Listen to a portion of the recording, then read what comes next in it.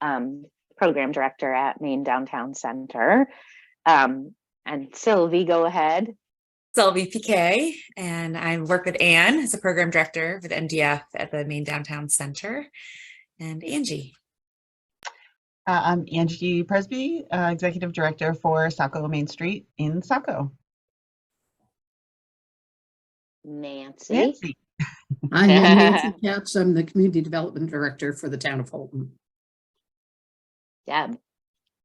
I am Deborah King. I'm the executive director of the Brunswick Downtown Association for 2 more weeks. And then I'm moving on, and they haven't even started interviewing yet for my position. So going to be transitioned by Zoom if they want my input. That's fine. Melissa. Hi, Melissa Lindley, executive director. No, sorry. No. Economic development director for the city of Gardner. I was the executive director for Gardner Main Street. We'll start with E and it just sort of like rolls off the tongue. So sorry. You're back in this room. So and Mo. And I'm Mo O'Coin. I serve on city council here in Hollowell, and I've just started. I've worked with Vision Hollowell, the affiliate program, for several years, but haven't actually been part of the program. So I just recently joined to try and kind of get a little more coordination between the program and the city. So I'm kind of excited about it. That's great. And I feel like you're lucky here today, Mo, in that we do have 2 EDDs. So we have municipal staff here, which is, I mean, we always have a combination of, Main Street directors, Main Street board members, and affiliate program volunteers, but and EDDs. But today, particularly since you are a elected official, it's a great mix. Christina's coming in, so let her intro in a minute here. Mo also get to be a part of the downtown revitalization or redevelopment services project, the road. Ben Levenger's his roadmap. Roadmap. And Nancy's gone through that process in Holton too. Yeah. Hi, Christina. She's probably so tired. Yeah. She'll chime in when she can. She's from Skowhegan, so I think you all know Build Maine was in Skowhegan for the last 2 days. Melissa did. Oh, hi. Hi. I was trying to get it connected to my Jeep so I could drive and head to work while I was listening. So I'm good. How are you guys? Good. Are you tired? Yes, I'm tired. Yeah. Was it a success, do you think? Yes. Yeah, I would say a big success. So, yeah. Yeah, seemed really good. I was there day 1, and it seemed really great on day 1. And Sylvie, you were there day 2. Yeah, and I know I saw Melissa there day 2. Angie was there both days. Yeah, good. Okay, so we have a quick agenda this morning. A quick agenda, which might not be quick. Short agenda is a better way to describe it. Sylvie, you said we had some announcements. Yeah, so we just want to give some reminders for specifically Main Streets, which actually, so Christina and Angie, although Christina, you're out of town. So Angie, a reminder about our director's lunch on June 29th in Bath. And if you, I think you might have RSVP'd. You're one of the few who have, I think.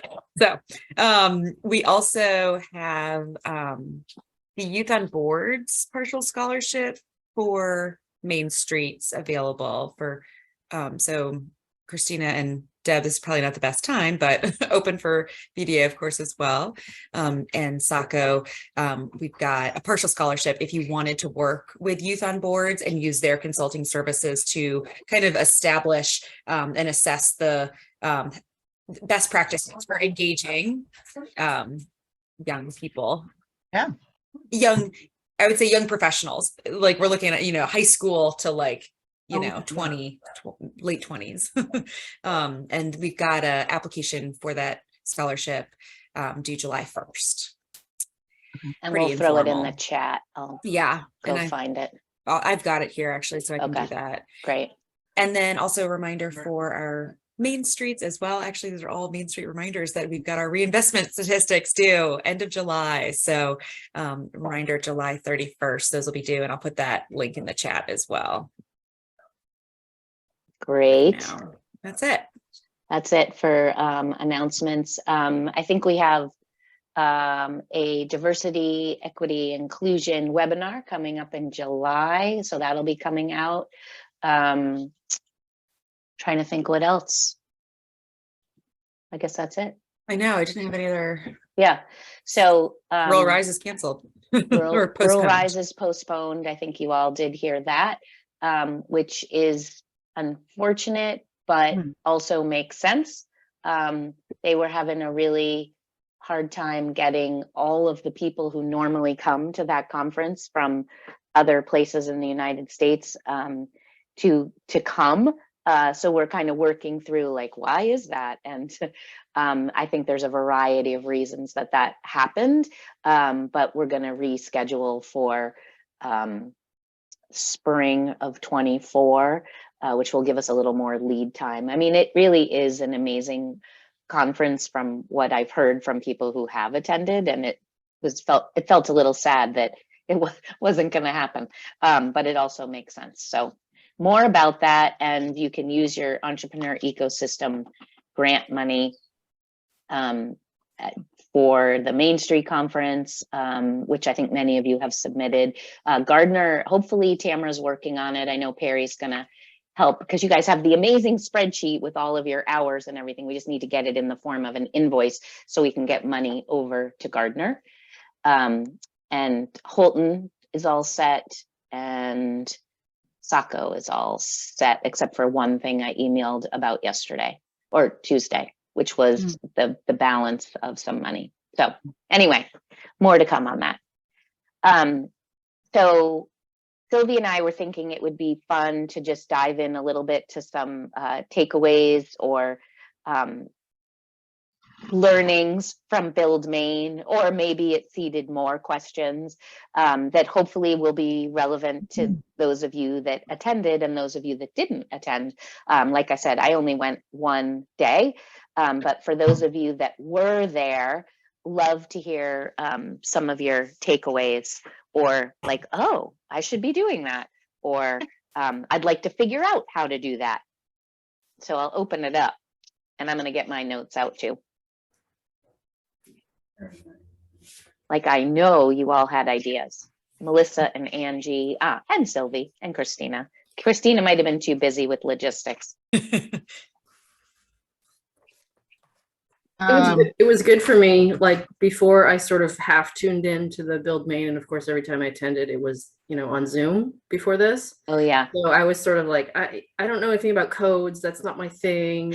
But now I have to pay attention to those things. So, oh right, form-based code. I remember talking about that.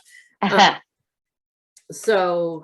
it was good to see it through a different lens. One thing that I really was interested in was the land banks and the vacant building tax, which seemed like a really good tool for, I think it was Westbrook, and we really need to do that. Is Westbrook using the vacant code tax? Yeah, and that's how they're kind of getting properties through their land bank system. Interesting. Yeah.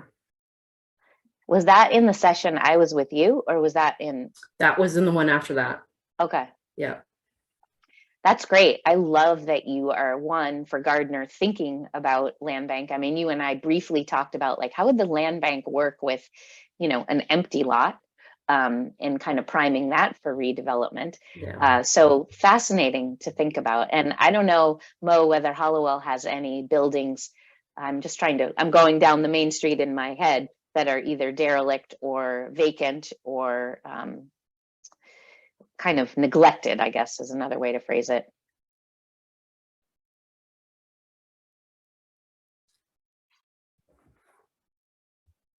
It was also more than just the commercial too. It seemed to be a lot of the residential houses that were just not, either, through death in the family and, just sort of working through, who's the owner? Are they still paying their taxes? All of that was just a good way to sort of get those houses actually either demolished if they need to be, and then sold to developers and basically get the housing back. That's a really good point, Melissa, the residential component, because there were a lot of case studies of like, oh, this land bank works for residential as well as commercial. You're right.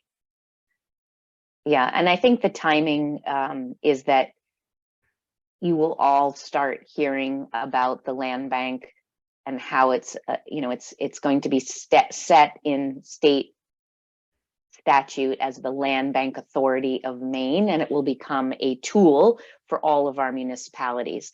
And its construction waste fees that build the land bank dollars, which then are accessible to municipalities, regional economic development directors. So if your municipality is too small to be able to undertake, your rules at the local level, your regional EDD could play that role.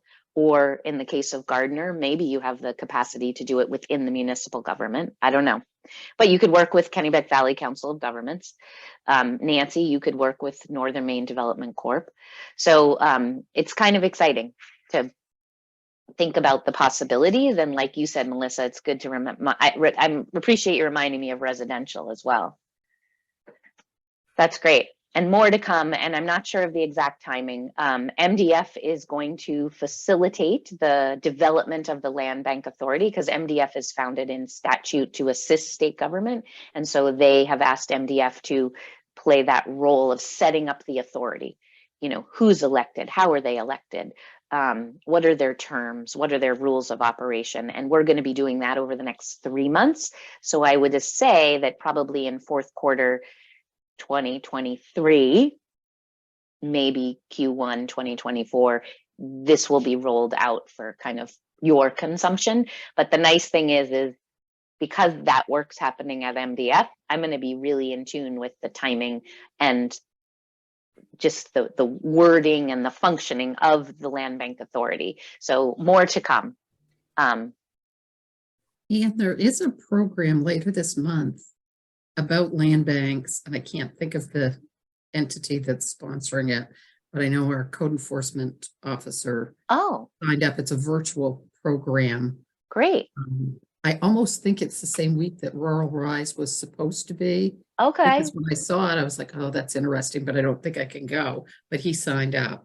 Oh, And great. if somebody's interested, I can pass the. I would love to know about it if you're able to track it down, Nancy. Should be able to find it. Okay. Do some digging into your codes officer's calendar. But I would love to know who's running it. Shared it with him, so I know I've got the email. Great. But there was a program a few years ago, and I'm trying to think who sponsored it. Did you guys? Well, Build Maine has sponsored land bank sessions before. Okay. And they had Build Maine, but there was a virtual one. And yep, they had a virtual session with Jim Tischler from Michigan, who actually was at Build Maine in person. So it might be his organization that's sponsoring it, but I'll find it and send it to you. Cool, thank you. Angie, what about you? You were there for 2 days. Any things that are making you think about Saco? Yes. First of all, kudos to Christina. That what's going on in Skowhegan is absolutely impressive, and the numbers that are being deposited into the town is really extraordinary. So, I really admire all the work that Christina's doing up there. So, just that alone was pretty inspiring. So, we drove home trying to figure out where we could hang little banners in an alley. And we really didn't come up with much. So that's a tough thing with Saco, I think, is just our infrastructure and what we're left with. But the whole thing was really great. I felt like this conference is more relevant to us than the Main Street conference was. And I don't know how to really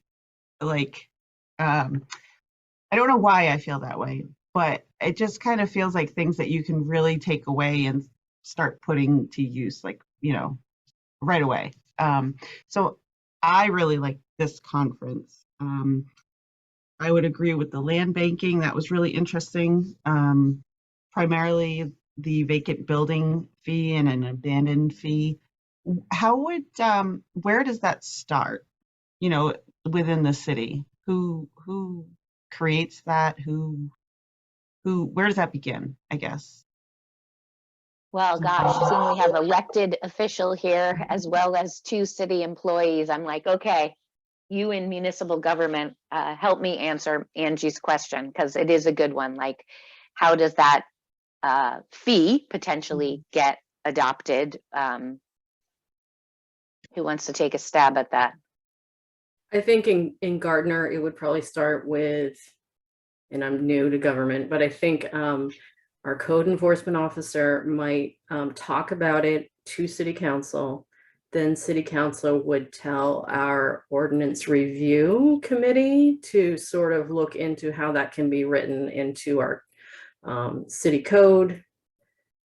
And then it would go to our planning and code department to enforce. So that's a very simplified, process, but maybe that's sort of how, I mean, it's not like it's just going to be like, yeah, let's do it. So Right.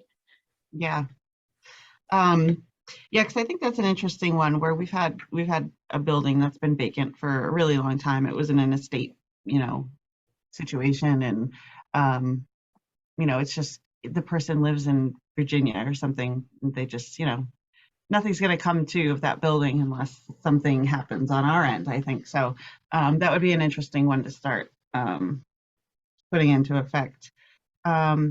I like the guy at the end, the guy who flew all the way in from Philadelphia and made it in by the seat of his pants. That was an interesting one, trying to, he's a marketing guy, does TikToks and social media stuff. So kind of figuring out ways to talk about, what you're doing in your city for like the urbanists and whatnot. So that was fun, kind of listening to his ideas and his suggestions, because that's something that, we're trying to hop onto is more social media. But like he said, you sit there and you're like, oh, that was really bad. And I am really bad. I had a couple of live videos and I'm like, oh dear Lord. But just start doing it and keep doing it. And it's a good way to engage the community as well. And then also learning about the whole process of even getting some housing built in Yarmouth. I went to the housing excuse me on the second morning, and this guy just had his eyes set on a piece of property, and it took forever, 10 years, just because codes and the type of land that it was, and and what he created was a really smart use of the land. And you're looking at this piece and it's like a triangular shape, and you're like, where's the vision, guy? It's like right on the end of the property too, but he wanted it so badly. And 10 years later it's finally built, and it's storefront on the bottom, and then residential, and they have a like, it kind of comes out on both sides of the building on either end. So the vision was really interesting, and just the whole process just to do it, it's like they're talking about codes that have, and the mayor of Gray, he's awesome. He was funny. Yeah, he was really He used to be in watch. Hollowell, and before that, Gardner. Okay, yeah, he was good to watch. Oh, no, that's not the mayor. That's the town manager, wasn't oh, sorry, it? yes, town manager. Yeah. Yeah, but the mayor of Carmel, he made me want to go to Carmel too. So Yeah. like, I'm like, wow, this is impressive, and like, how do they get all that money? And just so it really got the wheels spinning, I think. You come home energized and feel like you can kind of put some stuff to make it happen. Yeah, and I think all of this conversation is also really grounding that, our main streets have the opportunity to think about infill, think about code and land use regulations, and work with elected officials and municipal staff on coming up with, good creative solutions. In some cases, like Melissa was answering about like how the process would be for the vacant property tax, like the downtown might be like, oh, this is a really good opportunity, and bring these ideas forward and figure out the process. It just shows how the partnership is really important, I guess, to getting these kind of things done. And it's good for you know, you directors to be thinking about these kind of things. And I'm trying to think why, Angie, this conference appealed to you more and why it's particularly relevant to Saco right now. And again, who knows, but Yeah, I'm glad yeah. that you enjoyed it. Yeah, I think it's the you know, I sat there thinking kind of about how excited the with the chat with Christina, Dana, I think Danny or Mhm. Dana. Dana. She, yeah. yeah, that work just seems so cool to me. So maybe it's just that, like, you know, it's the design aspect, I think, that I really Yep. like with the downtown And that was program. about the pocket park that they developed, Yeah, the right. river Yeah. park out Just of a like, parking lot. yeah, exactly. Just trying to see how you can make things make more sense. And then the overall thing that I grasped from it is that people are just driving too fast. And that's one of the biggest complaints about our main street too, is people are just flying through. And, you know, people that have had stores, we have a business that's been here for 50 years. So they've watched the main street over 50 years. And she's like, I don't even want to cross the street. Like, I'm nervous to cross this main street. So, you know, the idea of like making the sidewalks seem, or the road seem smaller visually, I think that's something that, you know, I want to try to move forward with as well. Yeah, I could have put a Yeah. rotary in the middle of Saco. Well, you know, that's funny. Holly said that on the way home. She's like, what if we did that near the big church? And I'm like, it has to have been thought of, right? Right? I mean, there's really smart people out there. They have to have thought of that. You never know, Yeah. though. You know, it's like you do it a certain way, you know how to do it that way. And that's what the guy from Carmel, the mayor from Carmel, that was his. I mean, Yeah. it came up in a couple different sessions, but he was Yeah. basically like, we put a rotary here and we put a rotary Yeah. here. Yeah, and then he like was comfortable to share all the memes that they've made of him or the comics. Like, Oh, "There's that's the really stop funny. sign." Yeah. And that's what Nate Rudy was talking about in Gray as well. That's their dream. That's their goal. Yeah. And I Definitely. mean, you all have different pedestrian, bike, trail connectivity, traffic too fast issues. And it's definitely something I think all of our downtowns do need to advocate for.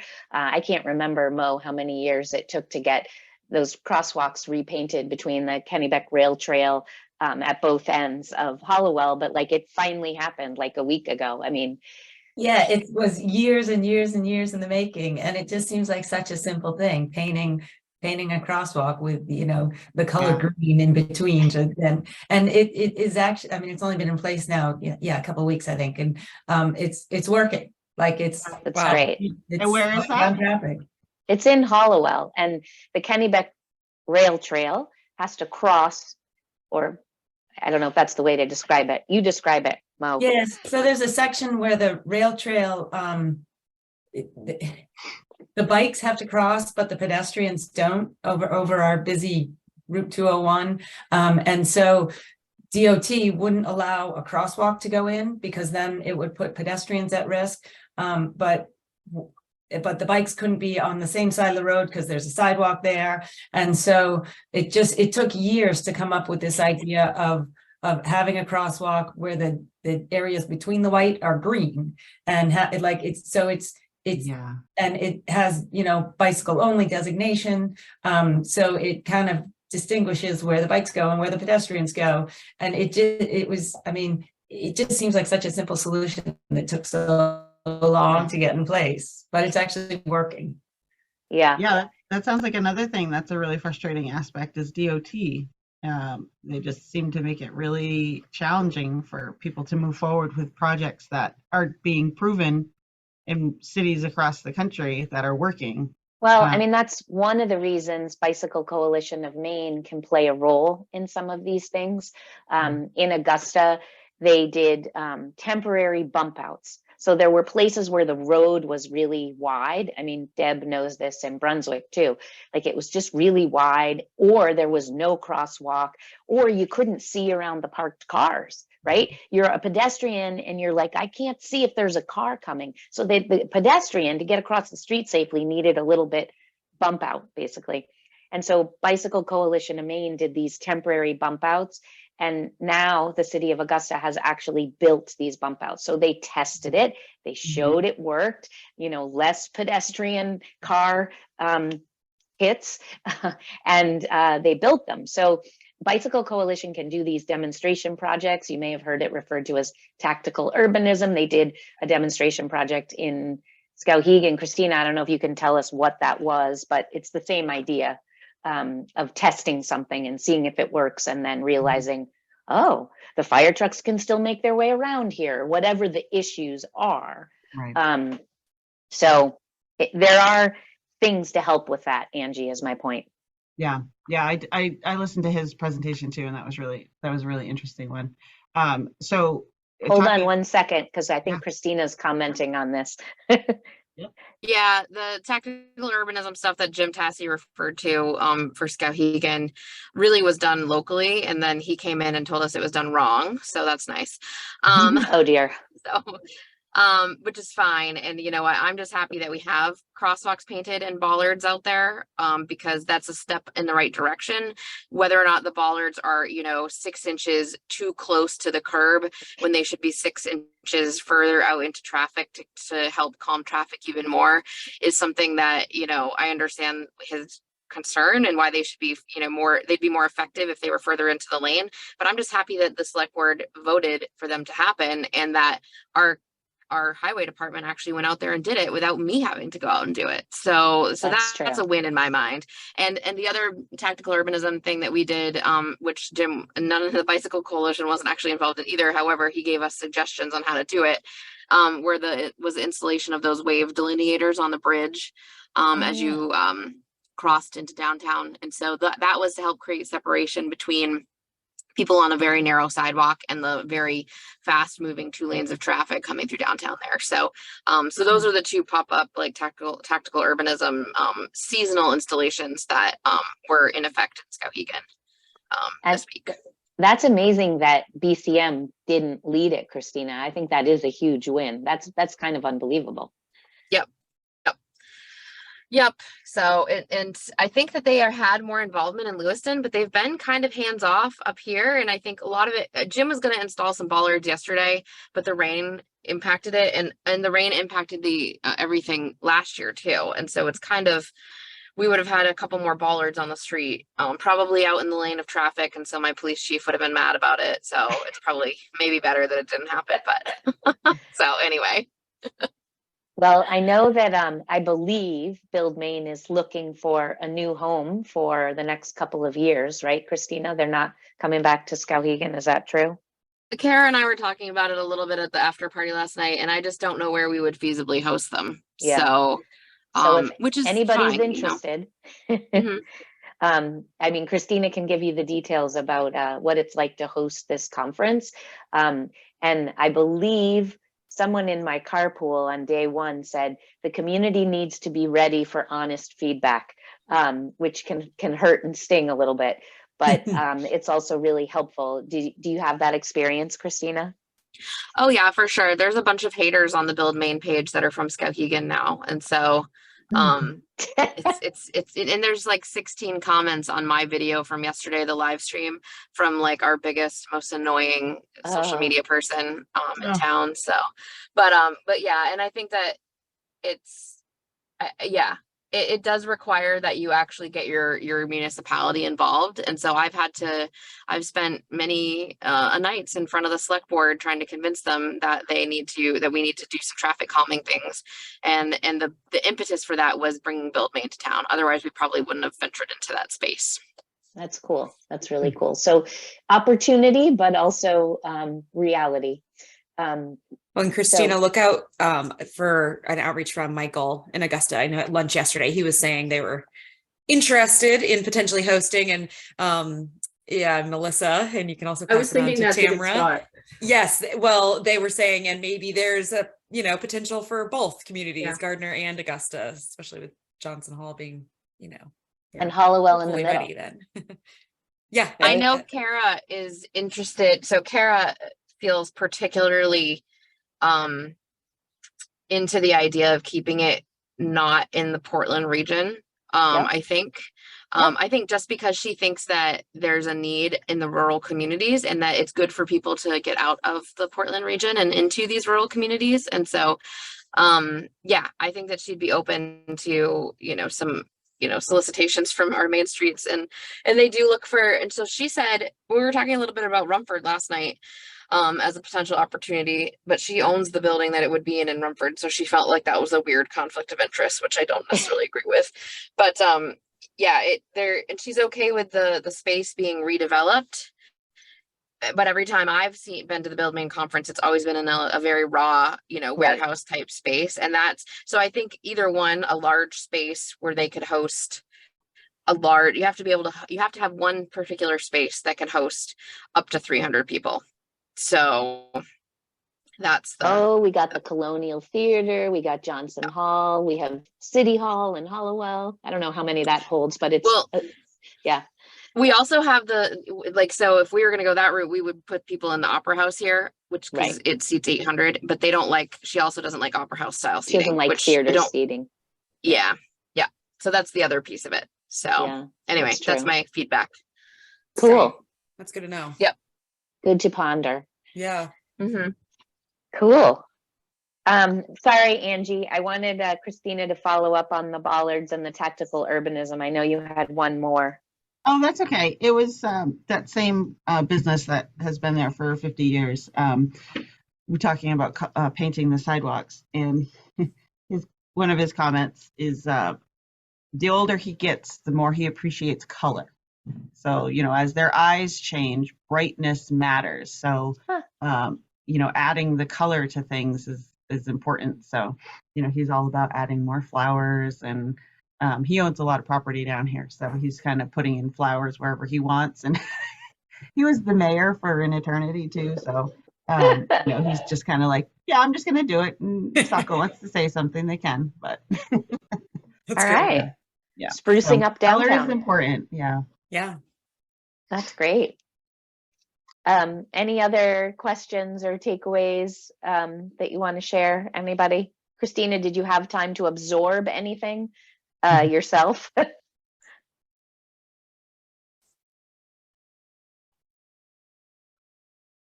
That's okay. Anybody else? Oh, sorry. That's okay. I'm getting out of my car and now going inside. I liked hearing about Waterville's street conversion and the very in-depth process that they used down there. It was largely about economic development, and Garvin made that pretty clear. And they took data, they had a lot of data as it relates to that was able to help them win over people that were initially opposed. And so that was a takeaway that I'm going to present to our group here. I know VHB was listening to that, and I hope they were actually paying attention, because VHB is doing our work here for the Village Partnership Initiative, and I haven't been impressed, and I need them to start actually doing things. And hopefully they had some takeaways there. Is VHB the firm that's Yes. hired for your Village Partnership work? Yes. What does it stand for, VHB? Someone's name, or like Okay. 3 last names. V Okay. something. Yeah. That's fine. Well, I hope they were listening then. Mm-hmm. Okay. Yeah. All right. Otherwise, it was nice to just talk to people. I spent an hour talking to the mayor of Carmel last night at the after party, and he was quite entertaining. So Yeah, he seemed like a pretty interesting guy. We were really curious where he was getting all that money. Is it just Yeah. like revolving TIF, because the new businesses and new buildings are creating another TIF opportunity? So is it just continuous TIF? That's Well, what you we were can have wondering. multiple TIFs, right? One expires, another one starts. I mean, Nancy can certainly speak to this in Holton. So I'm not sure. I didn't hear him speak, but I would imagine it's something like that. Or Melissa, you're now in the position of TIF. Yep.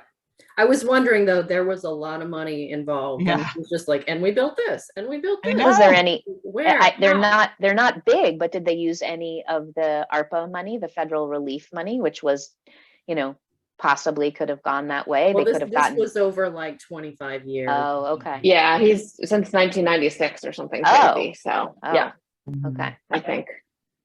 Yeah. That's really interesting. It'd be interesting to get Carmel's, I don't know, their Financials?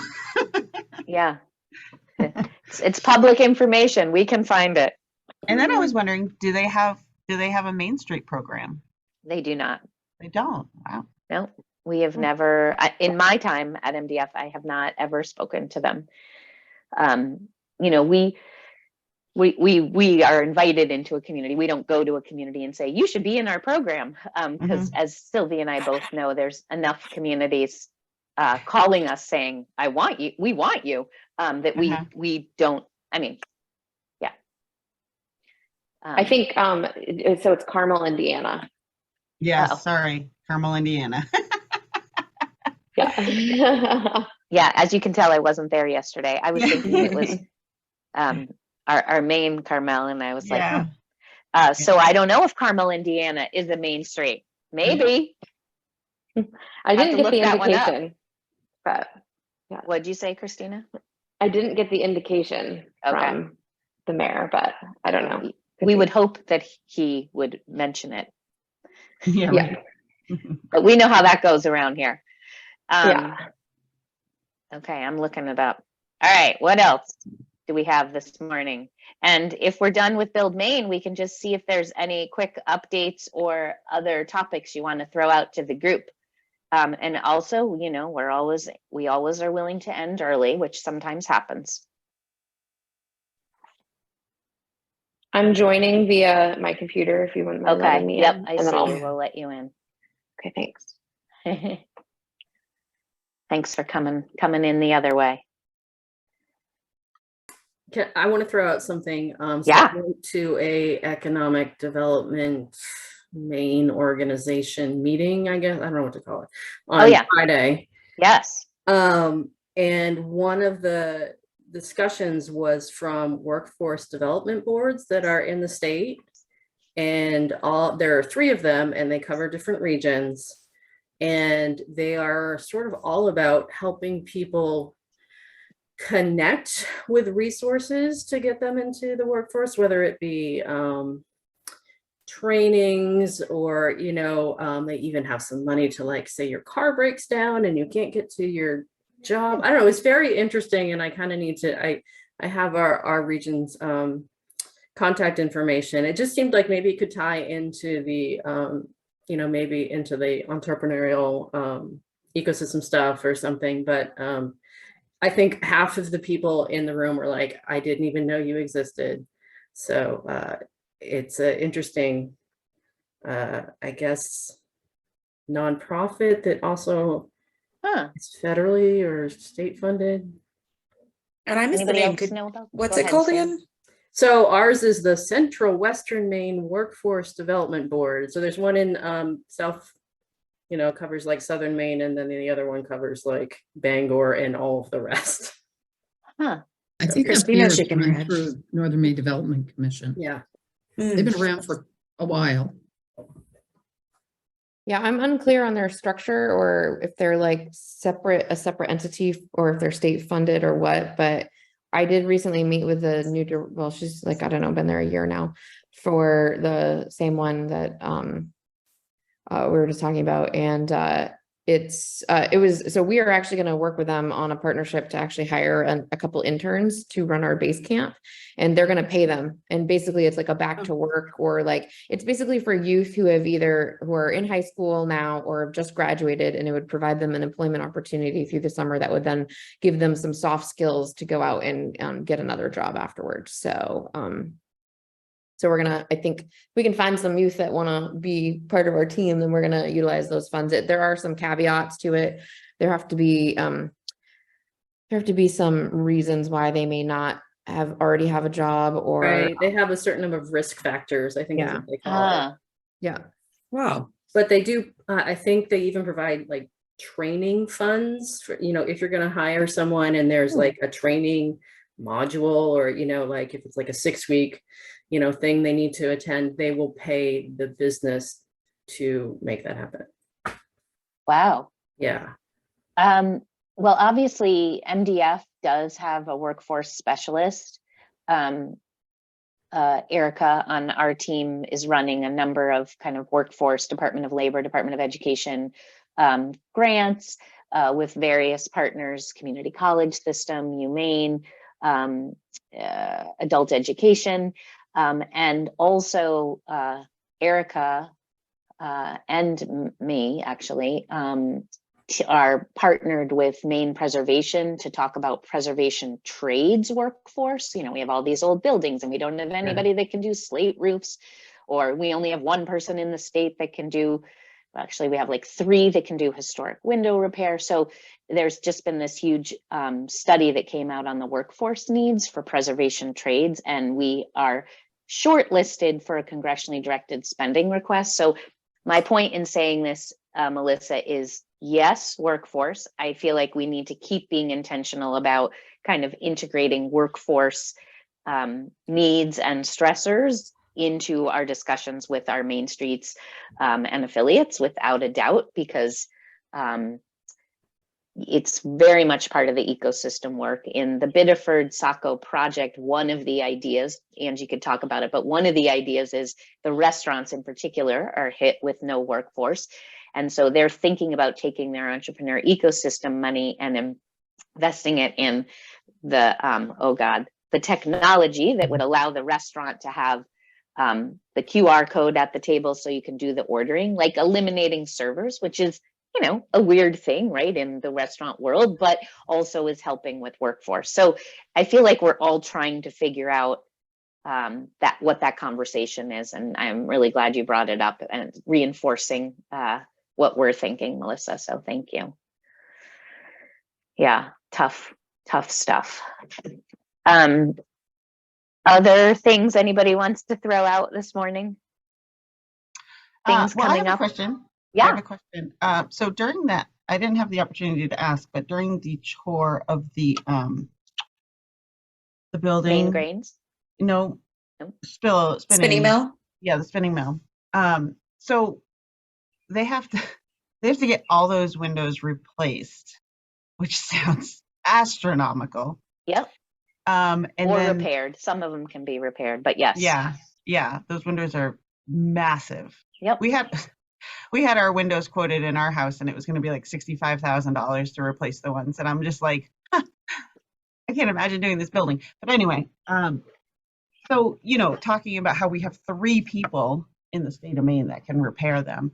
Like, how does that fall for a historic building? And then the same for, you know, I know that it's everywhere, but the sprinkler systems in order to revitalize the old buildings downtown so that they can become apartments, so we can get housing options down here. And then on the same token, I don't know, I think we've talked about this before, or I heard it somewhere, but it's like, you know, at what point do we cross the line of keeping a historical building, you know, treating it with such like fragility almost, that then we displace people because of it, you know? So it's like this, I feel like it's like this fine line. You are like, you are putting out like 3 meetings worth of topics in one question, my dear. I don't even know where to begin with that. I know. So it, you know, it's just like, I'm just trying to think about how they did that in that process of, you know, like just the cost.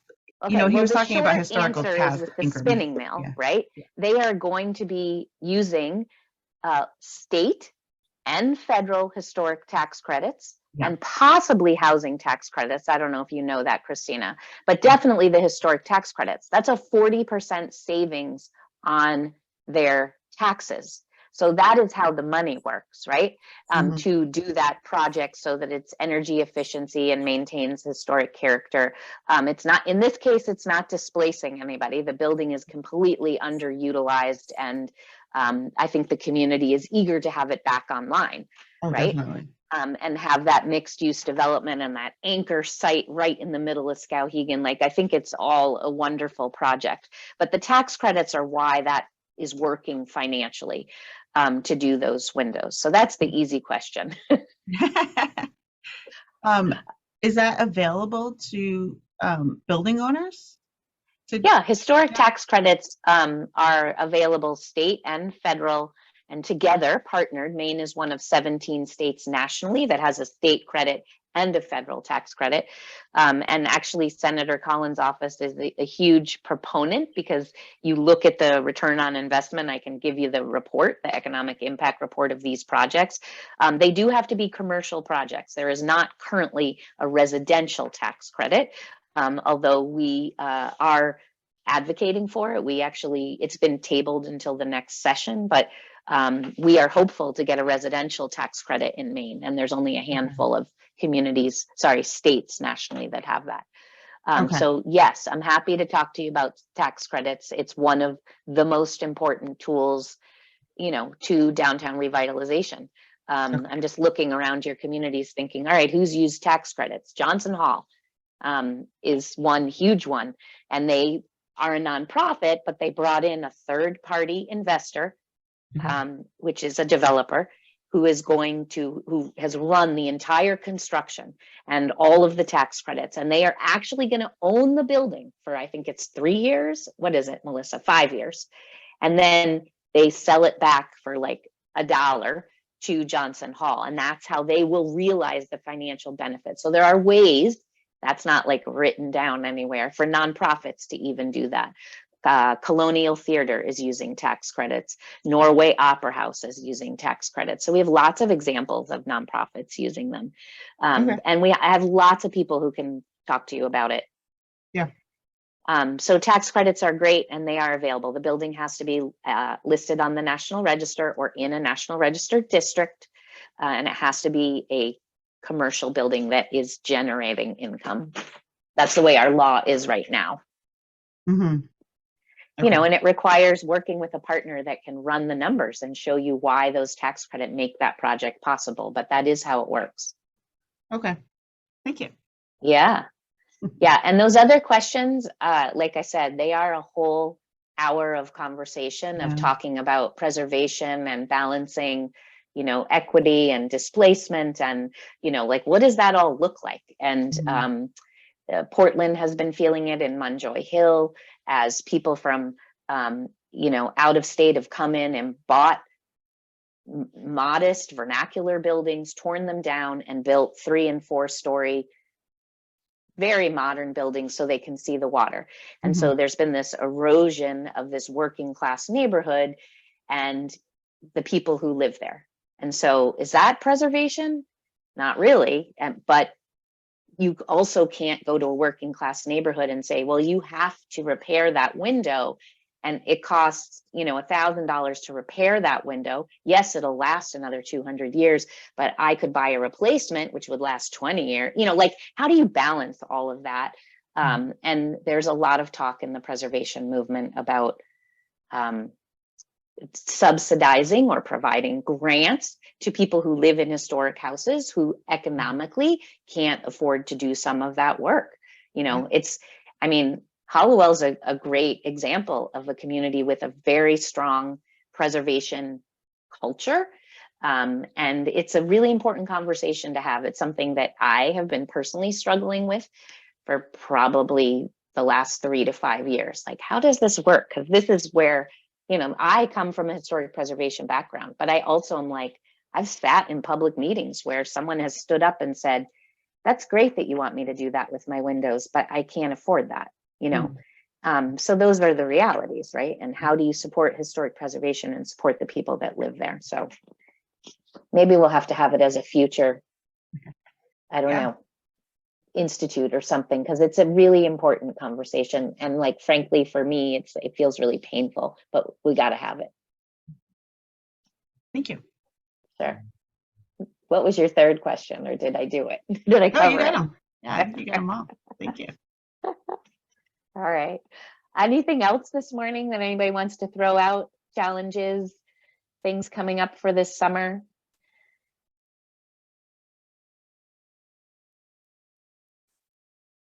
Okay. We will end a few minutes early then and let everybody head on their way. Christina, I'm sure you're digging out. I see you're at the Center for Entrepreneurship, which is fun to see you in that room with that pretty woodwork behind you. It was fun to see Patrick yesterday. I gave him a hug because I hadn't seen him in a while. Nice. Yeah.